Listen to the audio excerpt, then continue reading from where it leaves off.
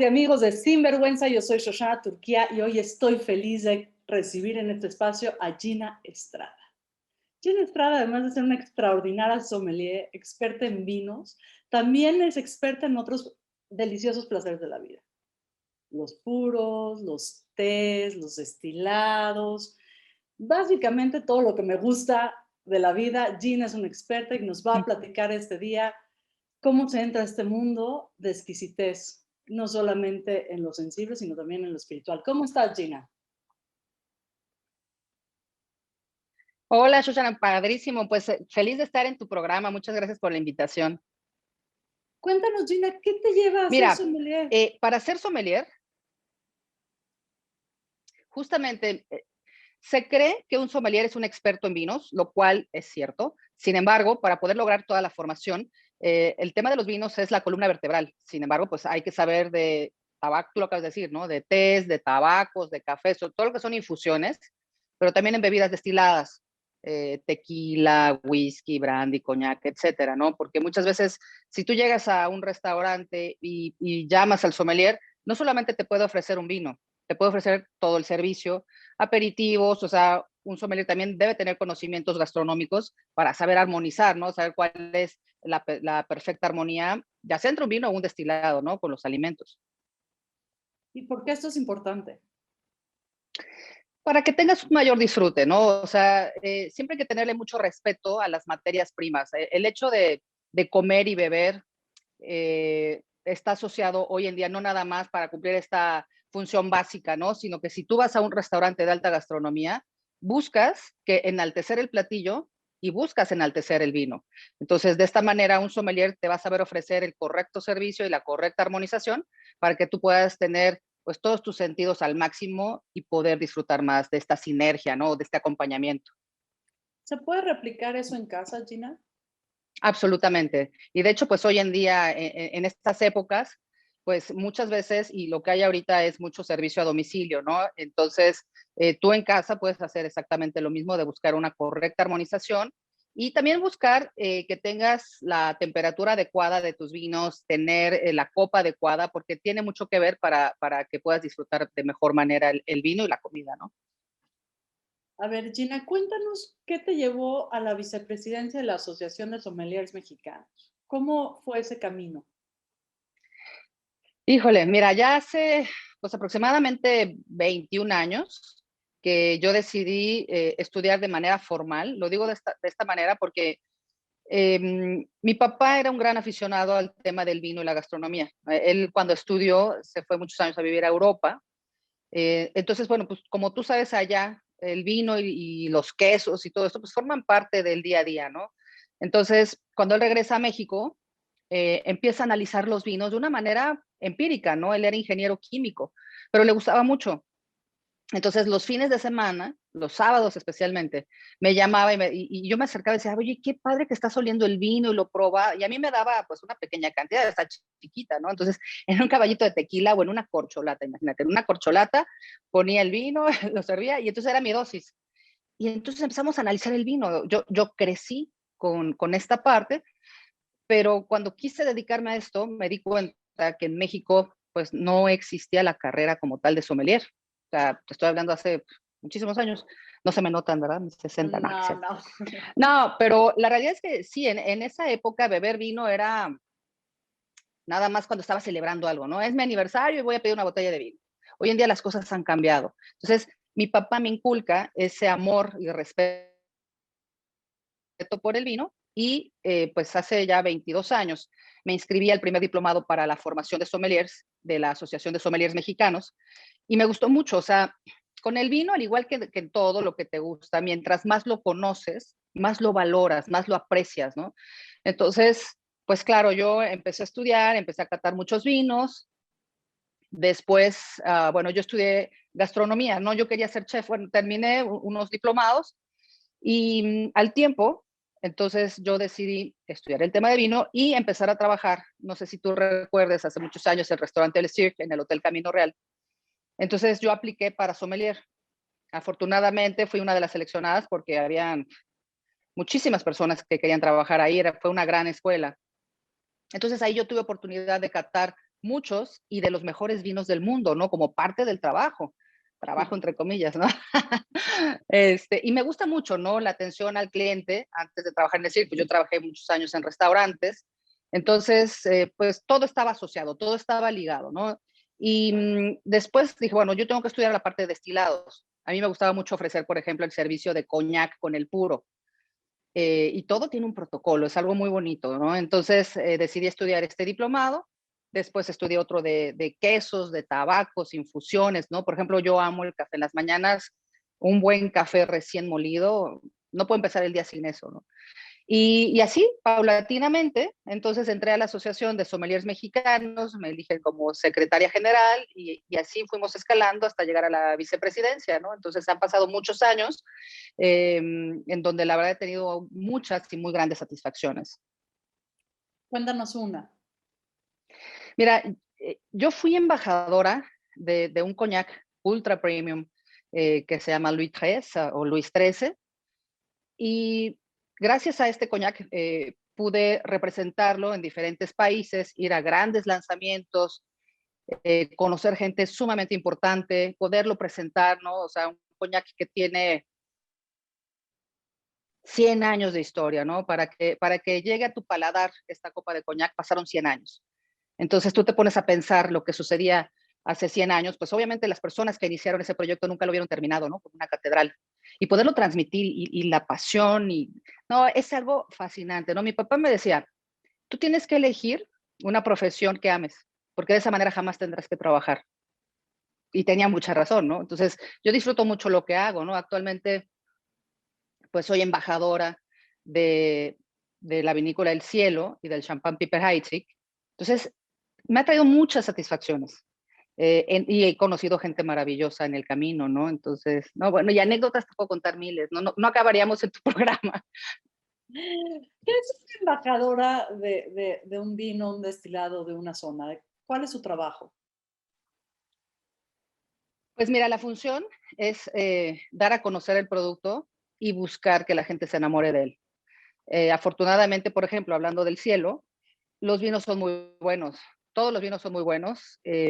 Han concursado en diferentes pues, concursos, valga la redundancia, ¿no? Han entrado a participar en diferentes concursos. El más importante es el Concurso Mundial de Bruselas, que tiene sede en diferentes países, con jueces internacionales. Y uno de los vinos del cielo, que se llama Caipiriña, ganó el vino Revelación Mundial. ¿Qué significa esto? En una cata ciegas, los jueces evaluaron ese vino como la calificación más alta, ¿no? En vinos tintos. Entonces, cuando nosotros nos enteramos de esto, fue que el país entero ganó la medalla, ¿sabes? El mundo entero volteó a ver a México porque participan países como Francia, Italia, Estados Unidos, Alemania, ¿no? Y que un vino mexicano regrese con ese galardón. Entonces, a mí me enorgullece mucho pertenecer a esta familia y además comunicarlo, ¿no? Un embajador, tenemos esa responsabilidad de comunicar. Ahora, pues las redes sociales, pues digamos que es lo de hoy, pero también en presentaciones y en diferentes medios para poder mostrar las cualidades y las bondades de nuestros productos, ¿no? Eso es el trabajo de un embajador de marca. Me gusta porque es básicamente un acto de diplomacia también. Hablas mucho del protocolo. ¿Qué tan posible es seguir habitando protocolos en una cultura de tanta inmediatez, en una cultura tan ávida de velocidad y de poca profundidad? ¿Cómo se mantienen estos protocolos y estos rituales, me atrevo a decir? Mira, hay algunos que permanecen y hay otros que evolucionan. ¿Por qué te digo esto? Hay algunos vinos, no sé si tú los has visto, que tienen taparrosca, screw cap. Ujú. Y México todavía está un poquito renuente a aceptarlos, ¿no? Cuando pues en la antigüedad era descorchar el vino, muchas veces sí era un vino que tenía sedimentos, ¿no? Partículas sólidas que hay que quitar de la botella, entonces pones una garrafa divina, una lámpara, una luz y haces todo el protocolo de la decantación para separar los sólidos. Y eso es algo que a mucha gente le gusta, ¿no?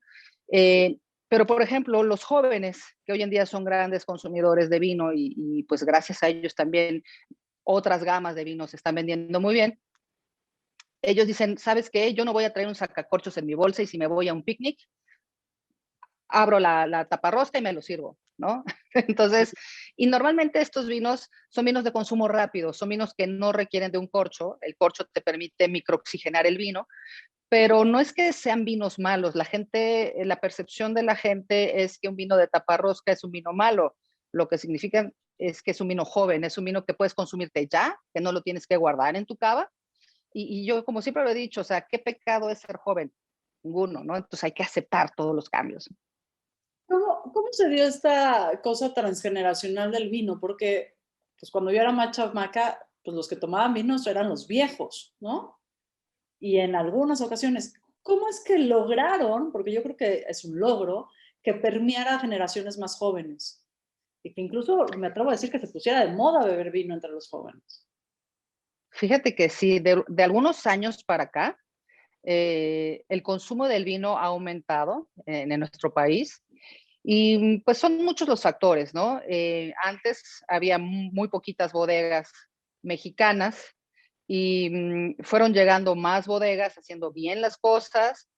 Eh, De pronto la gente joven empezó a cambiar algunos destilados, primero por algún fermentado. Por ejemplo, antes se bebía mucho ron, ¿no? En épocas, hace algunos años se bebía mucho ron y la gente fue migrando, dijo, yo ya no quiero ron, ahora voy a cambiar hacia ginebra o hacia vodka o hacia whisky, ¿no? El boom del whisky.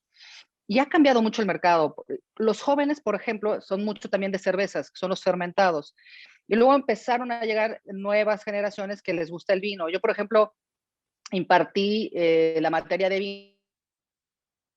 vinos en la Universidad de Anáhuac y en la Universidad CESA, y son chavitos de 19, 20 años, entonces cuando tú impartes la materia, hacemos una cata de vinos y a los chavos les dicen, ay, mis papás sí lo beben y yo pensé que era nada más para celebrar, pero es que este vino me gusta mucho y empiezan a hacer armonizaciones, por ejemplo, con tacos, ¿no? Cuando muchas veces tú asocias el vino con un Chateaubriand y con grandes cortes, oye, tú puedes armonizar una pizza, puedes armonizar tacos al pastor. Y entonces los jóvenes fueron probando el vino y dijeron, oh, esto me gusta, ¿no? Y está bien, está bien. La verdad es que el vino tiene tiene muchas ventajas y ayuda a la salud en muchos aspectos, ¿no? Entonces yo creo que siempre comer con... lo dicen los doctores, decimos nada más propiedades que te ayudan con un consumo moderado de vino. Por ejemplo, danos Por ejemplo, algunas mire, ventajas de beber vino. ok, mira, el vino es un cardiovasodilatador. ¿Qué significa esto? Que cuando tú bebes una o dos copas de vino, te relajas. O sea, si hay alguien que no pueda dormir, muchas veces tomas alguna medicación, ¿no? Te tomas dos copas de vino y pum, te puede dar sueño, te relaja, te puedes dormir de una manera natural. Tiene mucha vitamina E, tiene antioxidantes, vitamina C.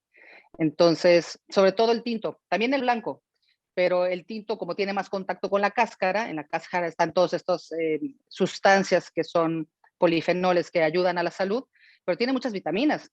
Entonces, pues eso te ayuda en muchos sentidos, para la piel, ¿no? Hay veces que me dicen, oye, ¿qué cremas usas? Mira tu piel, vino, bebe diario vino, sí. Cuéntanos de ese vino blanco que tienes a cuadro, G&G de Gina Sommelier. Cuéntanos un poquito de esa botella que nos estás presumiendo desde hace rato. Ay, con todo gusto.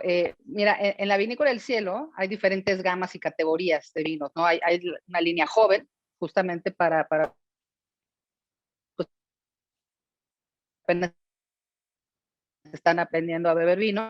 Categoría de jóvenes, de chavos, chavorrucos y señores, ¿no? O sea, tenemos para todos. Y en ese sentido, Gustavo Ortega, quien es el director general, y yo ensamblamos estos vinos, es una categoría, es una gama completa. Es este vino blanco, hay un vino rosado y dos tintos. Eh, y los vinifica Jesús Rivera, que es el enólogo, pero nosotros decidimos el ensamble, es decir, cuando tú elaboras un vino que está hecho con una o diferentes uvas, son diferentes parcelas de las uvas, entonces se vinifican por separado y tú decides en qué porcentaje en un laboratorio vas a mezclar para lograr el perfil que quieres. Es como los chefs que empiezan a mezclar todos los ingredientes para lograr un platillo final, bueno, pues más o menos de esa manera se ensamblan los vinos. Esta línea G&G la hicimos basados, sí, en algo de nuestros gustos personales. A él y a mí nos gusta mucho la uva Sauvignon Blanc con un poquito de estancia en barrica, que es más al estilo un corte francés de la zona de Burdeos, y el resultado fue este G&G Sauvignon Blanc, Ballina Sommelier, que ha ganado diferentes concursos, muy buenas medallas, lo mismo los tintos, ¿no? Y el vino rosado, bueno, es una belleza, es algo que no se pueden perder, porque además armoniza mucho con comida mexicana en general, ¿no? Cochinita pibil, no, es increíble. Entonces, estamos muy contentos con esta línea, ha tenido mucho éxito y se vende en la tienda en línea, porque tampoco es que es una línea que no llegó masivamente a tiendas departamentales, está en la vinícola, está en la tienda en línea, que hoy en día, pues tú sabes que eso es de mucho mejor acceso después de todo esto. Como dice una amiga, ¿no? La pandemia ha traído sabores agridulces. Por un lado, pues toda la desgracia que ha generado, pero también cómo hemos avanzado, ¿no? Y cómo hemos reinventado en muchos aspectos para poder lograr estar en la casa del consumidor final, ¿no? Y en ese sentido, pues tenemos una distribución, una tienda en línea que es muy eficiente y puedes tener acceso a ellos de una manera rápida, ¿no? ¿Cómo De accedemos a alguna esta forma. tienda en línea, Gina? Es www.vinoselcielo.com. Es un programa que además te da muchos beneficios si tú accedes y te registras como socio del Wine Club. Mientras más compres, más descuentos tienes y más beneficios allá también en la vinícola, ¿no? Visitas y demás. Está muy bien armada. Fíjate que un poquito antes de la pandemia ya estaba funcionando. Entonces, pues una vez que sucede todo esto, nos dedicamos mucho a todos los esfuerzos, enviarlos hacia la tienda en línea y entonces hoy en día tenemos muy buenos resultados a nivel nacional, ¿no? Son envíos a todo el país. Gina, cuéntanos, a ver, alguien que quiere armar su cava desde cero, que dice, pues me gusta, voy al súper, agarro 2, 3 vinos y ya. Pero a raíz de esta pandemia, pues que tenemos que comer mucho más en casa, que ya no salimos tanto a la calle a consumir lo que el sommelier nos diga y diga, bueno, yo quiero empezar mi primera cava, quiero meterme a este mundo del vino. ¿Cuáles son algunas ideas que nos puedes sugerir para hacerlo? Pues mira, en tu casa tú puedes tener una cava buscando una sección que sea fresca, la más fresca de la casa, que tenga poca luz, que no haya vibraciones, eh, que esté húmeda, y si no, bueno, tú buscas tener humedad, ¿no? Yo, por ejemplo, cuando empecé mi cava, tenía tabiques, esos anaranjados de la construcción, los mojaba en una cubeta y los dejaba alrededor de mis vinos para que esto generara la humedad relativa que necesitan para que el corcho esté húmedo y no se reseque y se pueda contraer. ¿Qué más? Pues aquí lo importante también es que sepas diferenciar entre las variedades de uva que te gustan. Es como todo, porque pues de los vinos blancos o tintos puedes tener diferentes variedades y hay gente que te dice, oye, es que a mí, por ejemplo, ¿no? No me gusta el Cabernet Sauvignon. Bueno, pues entonces cuando vayas a comprar una botella, revisa, sobre todo los vinos del Nuevo Mundo, sí tienen la información, ¿no? En el cielo ahí todos te van a decir qué uva y cuánto tiempo tuvo de barrica, incluso pueden venir sugerencias de maridaje, pero sí identificar cuáles son las uvas que te gustan y entonces recomprar o comprar de diferentes bodegas o de diferentes países las uvas que te gustan, ¿no? Y las vas acomodando en función también, hay que revisar las añadas, ¿no? Que no sean muy viejas. Por ejemplo, en general, los vinos blancos no, los de Nuevo Mundo, no te van a vivir una larga temporada, porque a veces ha sucedido, ¿no? Que en algunos establecimientos ya quieren sacar sus stocks viejos y te dicen 3 por 1 y resulta que te están vendiendo vinos que saben que ya van a vivir muy poco tiempo en tu cava, ¿no? Entonces hay que tener cuidado cuando compres añadas. ¿Cuánto es la vida de un vino? Digamos, yo sé que hay diferencias entre blancos, rosados, tintos, pero más o menos alguien que tenga que calcularle en su casa, alguien que no sepa mucho, ¿qué le recomiendas? Híjole, les recomiendo que tomen un curso de vinos. Es que es muy difícil la respuesta. ¿Por qué? Porque hay vinos que su curva de vida tiene 6 meses y hay vinos que su curva de vida tienen 80 años. ¿Cómo saberlo? Es muy difícil. Ojalá te lo dijeran como cuando compras leche, ¿no? Que en la parte de atrás, consumirse antes de tal fecha. Ojalá los vinos te dieran esa información, pero no sucede. Y sobre todo en los vinos del viejo mundo, ¿no? Que estás hablando de Francia, de España, de Italia. Es más, difícilmente te van a decir en la etiqueta con qué uva lo hicieron. Ellos, por ejemplo, en sus legislaciones, dependiendo de cada región, es la variedad de uva que tienen autorizada, ¿no? Te voy a poner un ejemplo. En el norte de Italia, los vinos tintos se hacen con uva Nebbiolo. Entonces, tú, consumidor, tienes la obligación de saber que la uva Nebbiolo de Italia, de la zona norte, tiene una longevidad más larga que una uva gamay que se hace en Francia. Entonces, es muy complejo poder saber cuándo debes consumir tus vinos. Muy, muy, muy complejo. Por eso es que hay sommeliers asesores de cavas para que te vayan diciendo cuál debes ir consumiendo. Es muy como complicado. Es que el placer está íntimamente ligado con el conocimiento, me parece. Totalmente de acuerdo. ¿Y cómo entras? A ver, hay un mundo que tiene que ver con las infusiones y los tés, que me parece completamente apasionante, porque es una industria en la que en México no le hemos prestado tanta atención, pero que también es una industria de billones de dólares. ¿Cómo entras tú al mundo de las infusiones? Mira, en el tema de las infusiones no soy experta. Tomé los diplomados, me gustan mucho, pero hay sommeliers expertos en té, sommeliers expertos en café, que también hay baristas, ¿no? Y hay jueces. A mí me gusta mucho y tiene también que ver, así como el vino requiere de cierta temperatura y cierta copa, en el té, por ejemplo, cuando vas a hacer una infusión, tiene que ver la temperatura del agua, la cantidad que vas a poner en una taza y cómo lo vas a beber, con qué lo vas a beber, porque hay diferentes calidades, ¿no? Hay té blanco, hay té verde, hay té rojo, y cada uno tiene un tiempo de infusión y una temperatura. En el tema del café, por ejemplo, no es nada más hacer un café y ya. El tema del café tiene mucho que ver con desde hace cuánto tiempo lo tostaron, si lo moliste al momento o es un molido viejo, si es un café de altura o el tipo de tostado. Entonces es también fascinante, ¿no? Y, por ejemplo, yo cuando vacaciono me gusta ir a ingenios, a ver cómo se elabora el café, desde la cosecha. Y tienen, fíjate, curiosamente, tanto el té como el café, como los tabacos y el vino, tienen procesos similares en la elaboración, en donde se fermentan, ¿no? Entonces, no, es un mundo fascinante. ¿Qué te falta por explorar, Gina?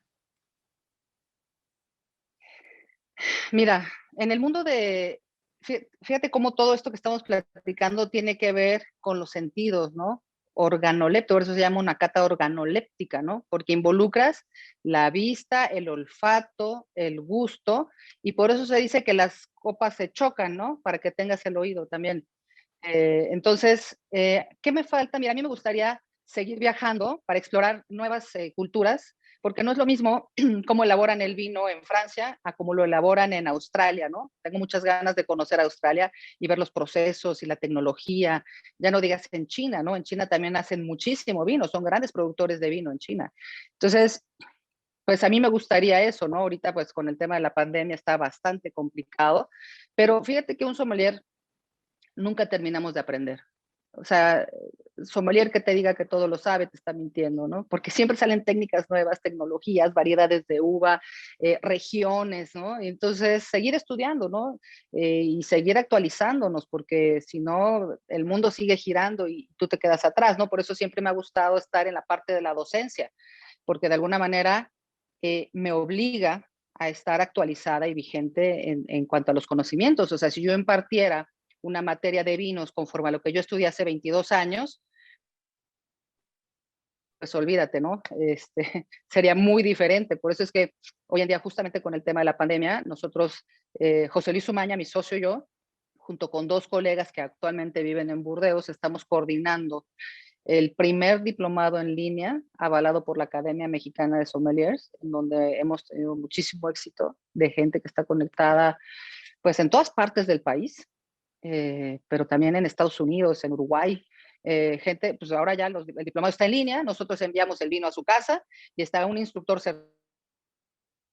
certificado, impartir la materia y al final la cata del vino, ¿no? Y todos catando el mismo vino, es algo maravilloso, ¿no? Que pues antes Lo teníamos en mente, pero la verdad es que no lo habíamos ejecutado por toda la parte logística que conlleva, ¿no? Pero pues hoy en día la pandemia nos obligó a hacerlo y pues qué bueno, porque así estamos llegando a muchas más casas, ¿no? De wine lovers.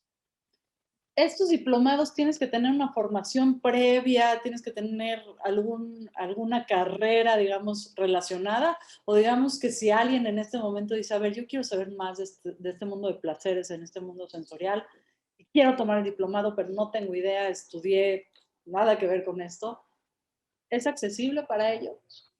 ¿O tendría que tener una Absolutamente formación previa?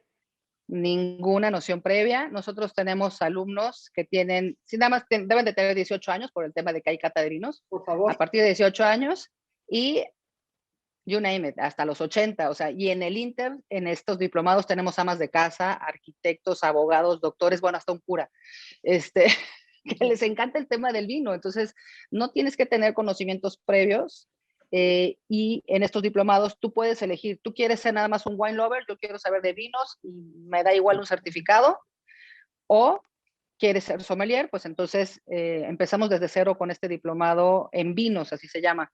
Y tenemos, te digo, de todo un poco. Es muy bonito poder lograr estar en la casa de tantos aficionados al mundo del vino y de ahí algunos van a ser sommeliers, otros no.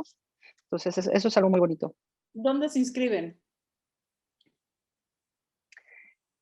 Ahí lo que tienen que hacer es entrar a mis redes sociales, Gina Sommelier, en todos, tanto en Facebook como en Instagram, en Twitter, Gina Sommelier.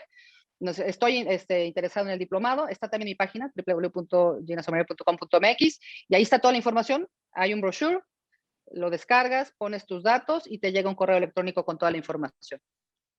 ¿Y tienes planeado, Empezamos el 3 de mayo. pues ya hay que inscribirse? ¿Tienes planeado hacer también diplomados en destilados o en puros o en infusiones o solamente te vas a concentrar en vinos? No, sí, también tenemos planeado hacer de hecho, el diplomado de destilados eh, incluye infusiones. Entonces sí, también, pero ese ya es el segundo paso cuando se termina el de vinos. Pero pues, también estamos trabajando muy fuerte en esa parte.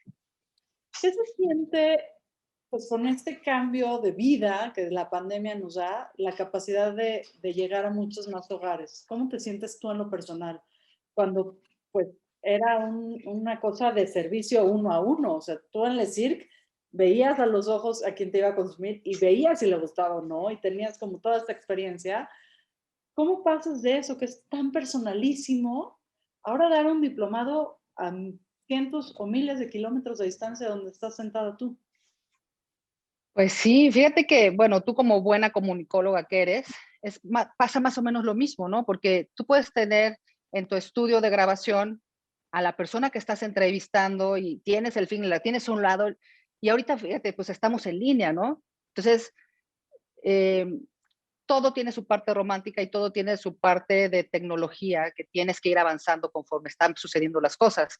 Entonces, sí, la parte del servicio personalizado era increíble, ¿no? Estando con el cliente y platicando y descorchando y dándole a autorizar el vino. Y Te, ahora per- te perdimos un poco, Gina. me doy cuenta de dos personas y ellos sirviéndose el vino y catando justamente lo mismo. A ver, ¿aquí me escuchas? Ya te Uno, escuchamos dos, mejor. tres. Ya te Sí. escuchamos mejor. Entonces, sí, claro, o sea, tener este acercamiento con el cliente en el restaurante donde estás descorchando, platicando con él, sirviéndole, ver su expresión en el momento que lo cata y cuando te diga, sí, sirva usted el vino, a tener 82 alumnos conectados en todas partes de la República y pues, de alguna manera, y ellos se sirven y lo prueban y dan sus comentarios, ¿no? En la pantalla está publicada una guía de cata, ellos la están viendo y están comentando, ¿no? Y están poniendo en el chat. Entonces, pues es adaptarse a las circunstancias, creo yo, y seguir avanzando conforme la globalización te lo diga, ¿no? ¿Para dónde crees que va la industria mexicana del vino? Mira, yo creo que está creciendo y está creciendo con pasos firmes. ¿A qué me refiero? Antes, hablar de vino mexicano, la gente tenía una percepción negativa, decir, es que el vino mexicano puede ser caro y malo y salado, cuando nada más es lejano de la realidad, ¿no? el ejemplo que te puse del vino Revelación Mundial, ¿no? El ejemplo donde hay varios vinos mexicanos que ya están al nivel de muchos internacionales. Entonces, cuando estos salen en los medios, la gente dice, wow, o sea, qué padre que México no nada más hace tequila y mezcal, tiene vinos y tiene vinos buenos.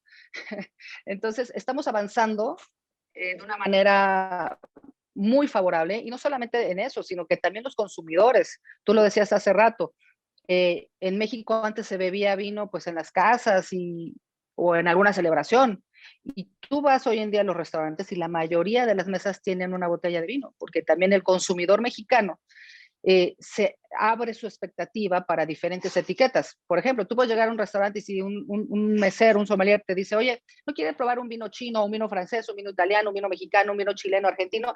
Los mexicanos probamos de todo. Si tú te vas, por ejemplo, a Mendoza, Argentina, ahí vas a ir a un restaurante y van a tener vinos argentinos y de la región, ¿no? O en España, tú te vas a ir a La Rioja y quiero ver que haya un vino mexicano por ahí en un restaurante. Eso no va a suceder.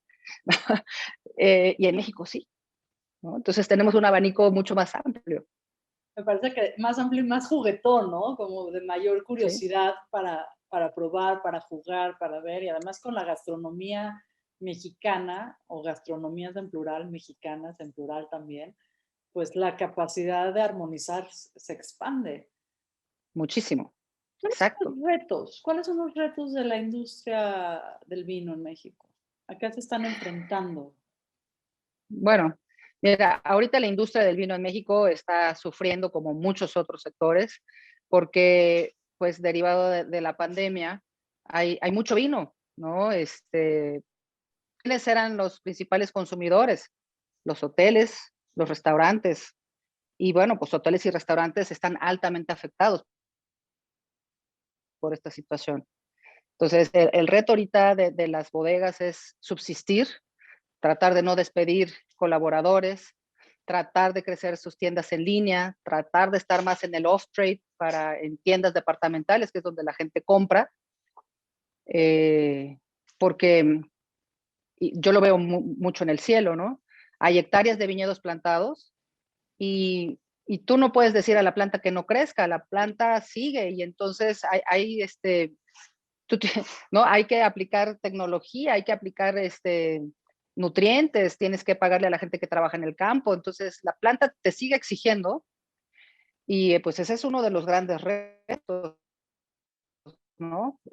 Usa el vino no solamente en México, en el mundo sufrió muchísimo esta parte, entonces pues hay que ver siempre hacia adelante y ofrecer siempre lo mejor a los consumidores y estar a la vanguardia para poder resistir, ¿no? Esto que está sucediendo a nivel mundial. Te voy a meter en camisa de once varas, si me lo permites, Gina. Tal vez dices, bajo, yo no entro en esas polémicas, pero a ver, Dime. ¿qué opinas, por ejemplo, de los vinos biodinámicos, de los vinos orgánicos, de los vinos que van con el calendario?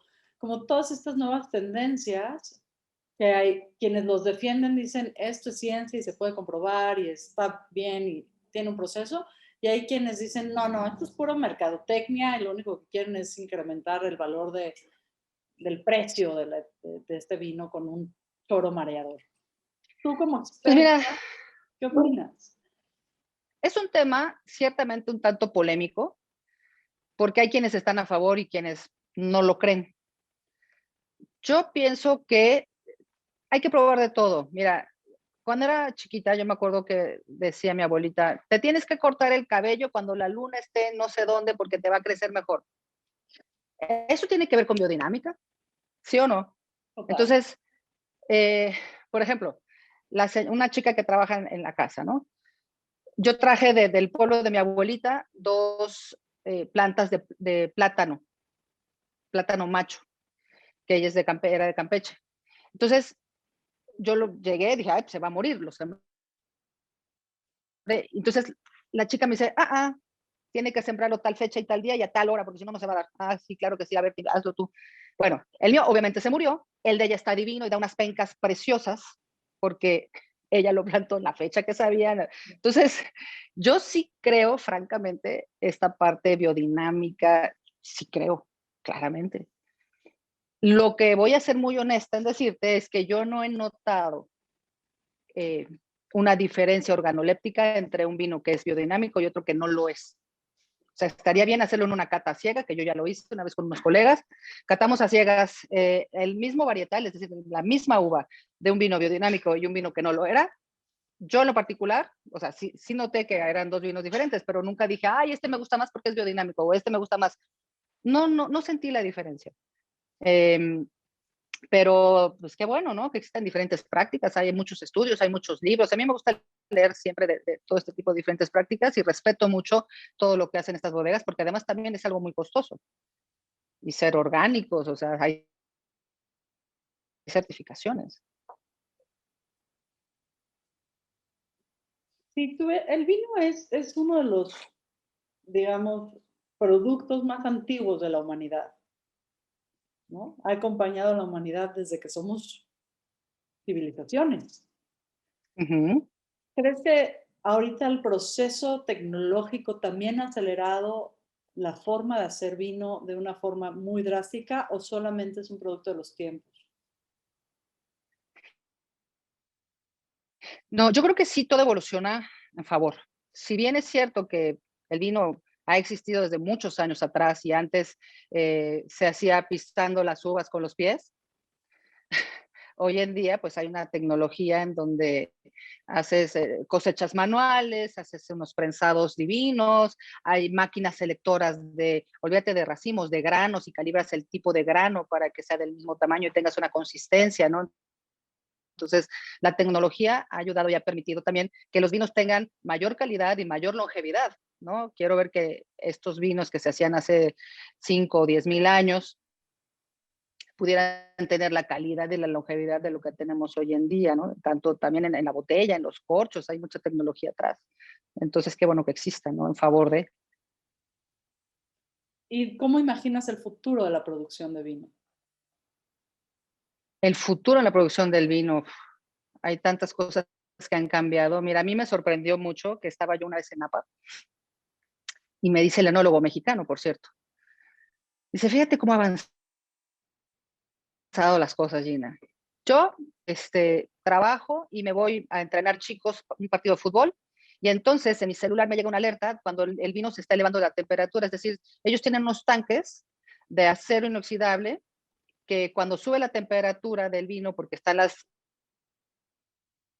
levaduras fermentando, pues entonces le manda una alerta de que van a bajar automáticamente la temperatura para que el vino no pueda cambiar su perfil o no se echa a perder, ¿no? Y él puede monitorear desde su celular y controlar esa parte. Entonces, ¿cómo? O sea, en la antigüedad tenías que estar ahí, no dormías, tratando de evitar que esto sucediera, ¿no? Entonces,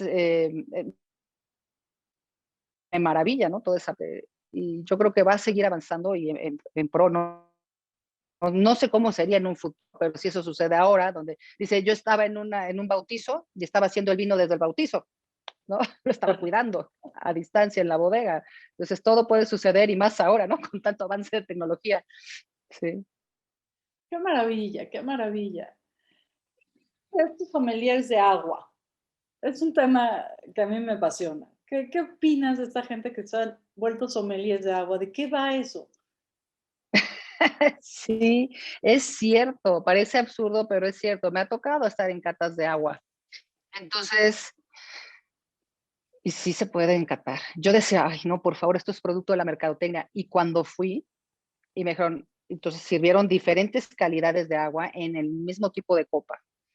Lo hueles y lo pruebas y es diferente. De verdad dices, no puede ser. Y hay aguas que son más duras, aguas que son más minerales, aguas que son aptas para catar, es decir, para neutralizar entre un vino y otro. Hay aguas que son especiales para neutralizar cuando estás catando coctelería y es todo un tema también. Fíjate que eso es algo muy interesante que también en la Asociación de Sommeliers, nosotros, claro, antes, ahora ya no lo podemos hacer, hacíamos viajes a Puebla para ver cuál era el proceso para la elaboración y para embotellar agua, ¿no? Para el catado de aguas. Pero sí existe y sí es cierto. ¿En qué nos deberíamos de fijar? Porque pues eso sí, todos los bebemos, ¿no? O sea, yo no conozco ningún ser humano que no beba agua. Habrá quien no beba vino, habrá quien no beba destilados, habrá quien no beba... pero el agua todos los tomamos. ¿Qué deberíamos de buscar en un buen vaso de agua? Fíjate que no sé si te ha pasado que cuando tú tienes tomas agua y dices, ay, esta agua está malísima.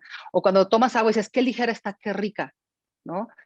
Mucho tiene que ver con la carga mineral que tiene y todos los procesos de cuántos años fue cayendo del manantial y qué tanto la limpiaron, ¿no?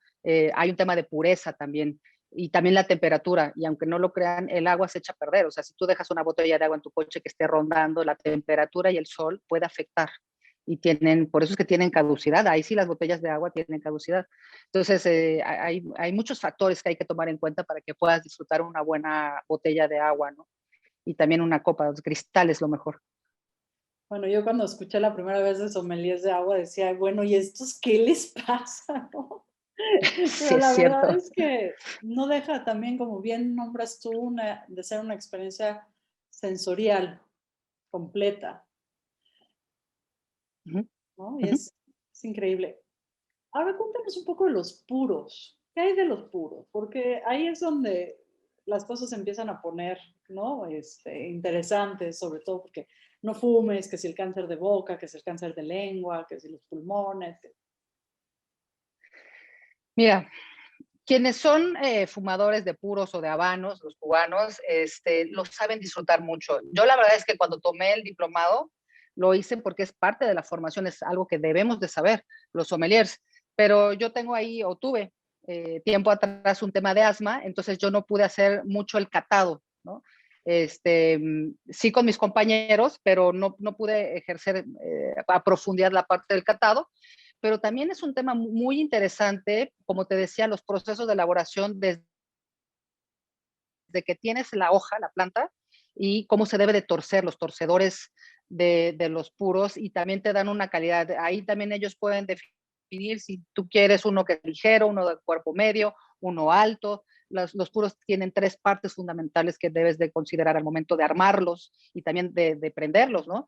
De qué manera se debe de llevar a cabo, ¿no?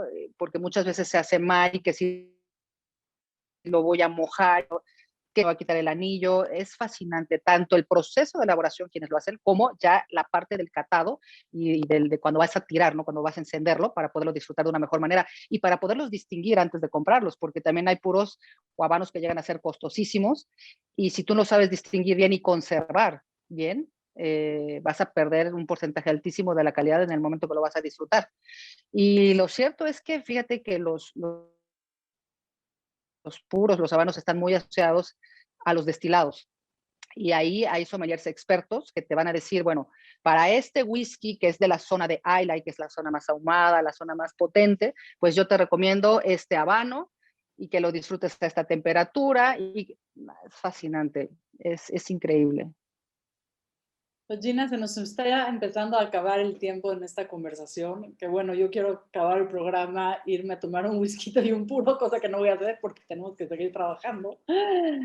Pero, ¿con qué te quedas de esta conversación?